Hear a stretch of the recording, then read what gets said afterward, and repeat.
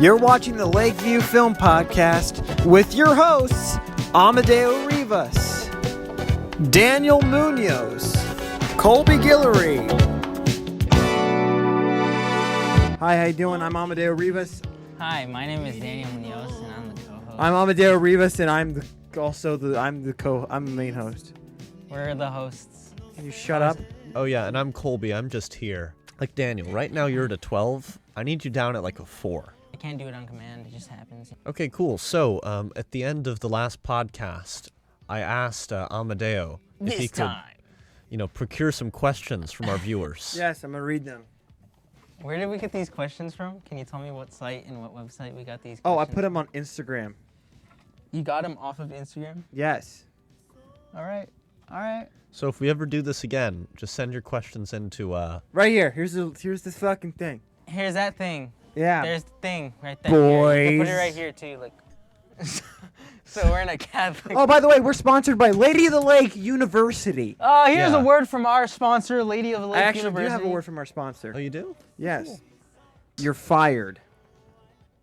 Oh. What? I'm just kidding. Oh, okay. This comes from Kathy Syper. I'm just kidding. I made that one up. All right. This is a question. What is the how do film and music coincide with each other? I mean, it's a pretty obvious question, just like where you'd go to thinking with it.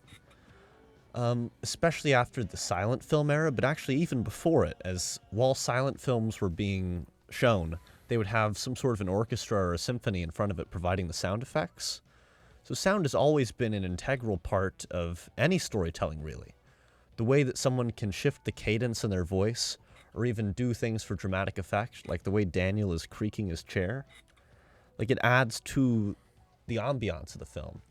That leads us to films like Interstellar, where if you're watching it in IMAX, you feel like you're being crushed by the weight of the sound. All right, next question. Perfect. All right. When it comes down to implementing characters in films, what's some of the most important aspects of it? You have to think about what a character would do and why they would do it. You can't just have someone do something because it's necessary, per se. Maybe you write a character to get to a point, but you can't just write a character and then change their actions because it's the way you want the script to go or the story to go. You need to have that character. You need to develop the character for what you need. You can't just develop a character and then just set it in some different position.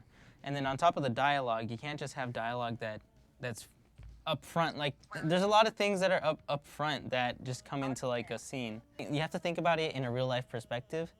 If you're talking to someone, you're not going to announce something that's like in front of you. You just got to show it. Yeah. I agree with that. What I would say is that the secret to writing really good dialogue is to put yourself in the mindset of that character, but to also constantly be throwing things ahead of them, like roadblocks and complications. Because, just for instance, Amadeo, Daniel, and I are going to rob Lady of the Lake. So obviously we could just go into the financial office, crack open the safe and get the money while no one's around. But that's too easy. Where's the excitement in that?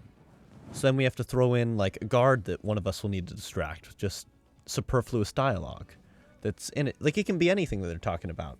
Then maybe there's some sort of a tripwire that Daniel has to be coaxed to get through because Daniel's not very limber.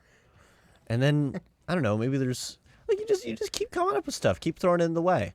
And the dialogue will come naturally from there, as long as you maintain the distinct personalities and you don't blend them together. Yeah. How does the setting drive their story? Ooh, that's interesting. That's an interesting question about the setting. Because in a lot of ways, the setting doesn't have to. It doesn't. Actually, most films don't. It's usually based on narrative. But I have a good example of a story that's driven by its setting, and that's Halo Reach. Oh, yeah. Yeah, like it's sure like the team is there and everything, but like they're just placeholders for like the stories about Reach, the fall of a planet. Yeah. In a lot of sci-fi and fantasy, you see that the story often heavily involves part of the setting. Like, I'll just say Dune, for example. Which, by the way, if you haven't read Dune, you need to go read Dune, because the Dune movie that they're going to make in 2020... Doom? Dune, like D-U-N-E. Oh, that one. Yeah. That Dune movie coming out in 2020 better be like the best thing ever. It's not. Do you think heavy metal should be used or implemented in serious films? Hell yes. Definitely all the... Well, wait. Not heavy metal. Because a lot of people don't understand the differences between all the genres. Heavy metal is like Dio. Like, do I think that you should be playing rainbow songs Yeah. in the middle of your movie? Yes. Obviously, Colby. Well, I mean, of course in some places because it's relevant there, but if we're doing something like darker and grittier, like the movie Seven, for example. Did I get fatter? I think I got fatter. Oh, yeah, you got fatter. Yeah, I did. In the movie Seven, the opening song is actually composed by Nine Inch Nails. And that industrial sound really sets the mood for the rest of the movie. Plenty of movies have incorporated it, but most of them are from the 80s, which is where a lot of the music is from. I do believe that we should have more movies that use metal in the soundtrack, or at least have things composed by people who do metal. Because it's just awesome. Like, I'm sick of pop. I'm sick of all the pop songs. Maybe whenever they make a good Doom movie, you know? Yeah, maybe one day they'll do that too. And it'll be welcomed there. Definitely. The game was great. I don't know why they just, they completely... Keep messing it up. But yeah. And listen to metal if you're not listening to it now. Put it in your films.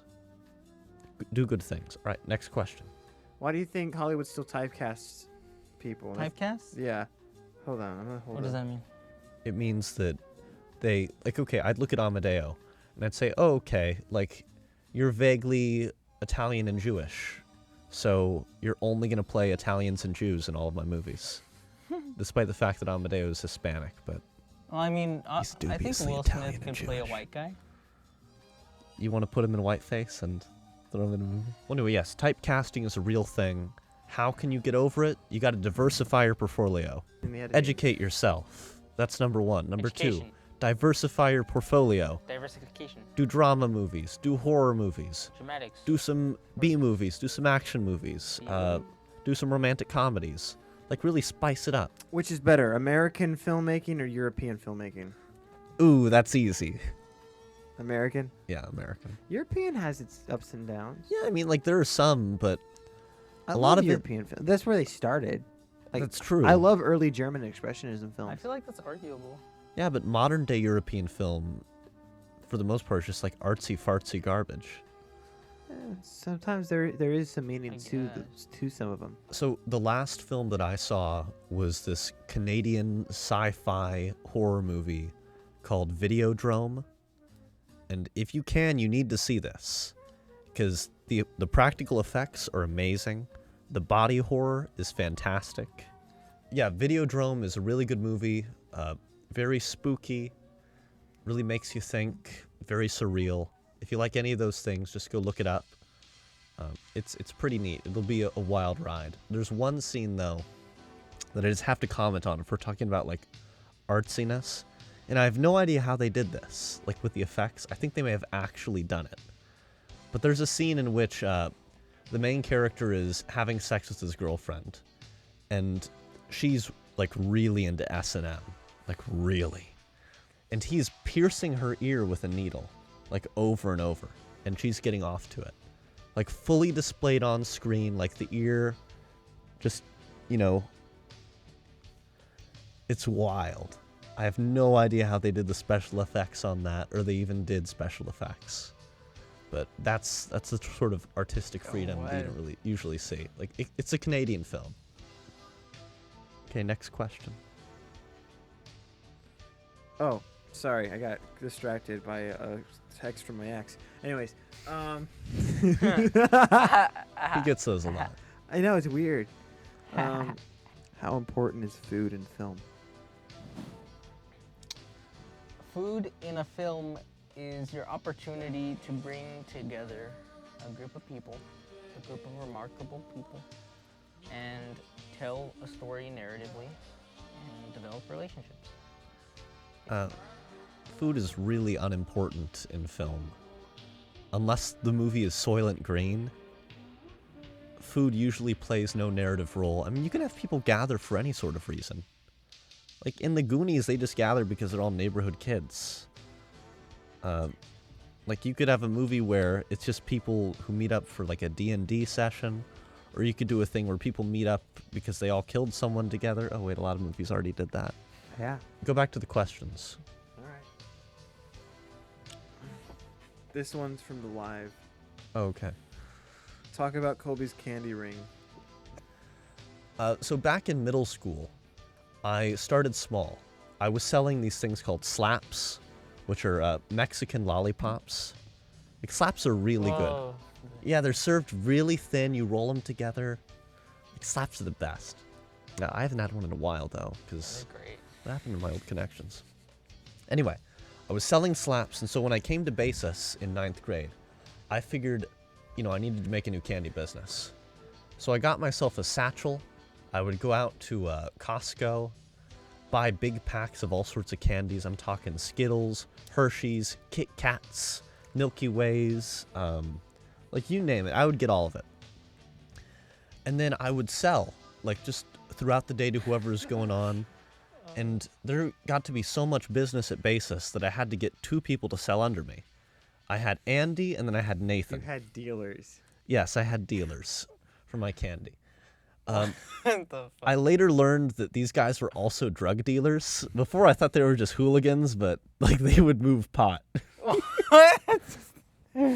But anyway, business was good. And I had customers who would give me a $20 at the beginning of the week, and then they'd just come up to me periodically for more candy. Like I had established systems of credit. People could take out loans with me. So I guess I was also a loan shark because then I could just like sick Andy or Nathan on him. It was great. And because I knew that the 2 people who were selling under me were stoners, on a Friday I would give them a big shipment of candy. And then, as the weekend went on and they're sitting in their rooms like playing COD, smoking pot, that bag of candy grows more and more enticing. Until Monday comes, there's no candy, and both of them owe me a lot of money. So, like I had guaranteed sales. It was great. It was a great time. I made a lot of money, but then one day, Basis got some new administration, like it always does. From the time until, like, my class graduated, they had 6 administrators in 4 years, and who knows how many changes at the mid-levels. But I was in my art class, where that whole room had become like a candy trading area. God damn it. Money would flow one way, candy would flow the others. I had a guy working on my books while I would do my art. So I would get A's, I would get money, everyone else would get in trouble. And so that day my art teacher came to me and he said, "Look, Colby, I really support the entrepreneurial spirit and the small business that you're running here, but just please not in my class." And I said, "Mr. Taylor, I respect that. I appreciate that. Don't worry. I won't be doing my business in your class anymore." So I packed my stuff together, sitting down, back to working on my art. And then a few minutes later, a new administrator comes in. His name was Mr. Maggio, but we called him Spaghettio because, like Italian Maggio, Spaghettio. Yeah. And he takes me outside and he belittles me for my candy business. Says it's illegal to be selling candy at Basis. And then it kind of just runs me out of the school. Like, no more business. Man, that pissed me off. Like, that really got me going. And what happened next, Colby? The candy market was untapped. And then later on, this one girl named Fiona was allowed to sell candies that were homemade out of her purse. Homemade candy she was selling out of her purse. I was selling stuff inspected by the FDA, by, just like perfectly legal. I don't know what the hell was in what she was selling. Like, Where's my laptop? Basis. Anyway. That's it. Sit down.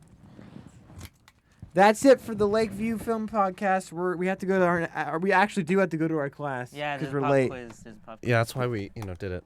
Right. All right, bye guys. All right, everybody. There's a pop quiz. There's a pop quiz. Were you supposed to study for it?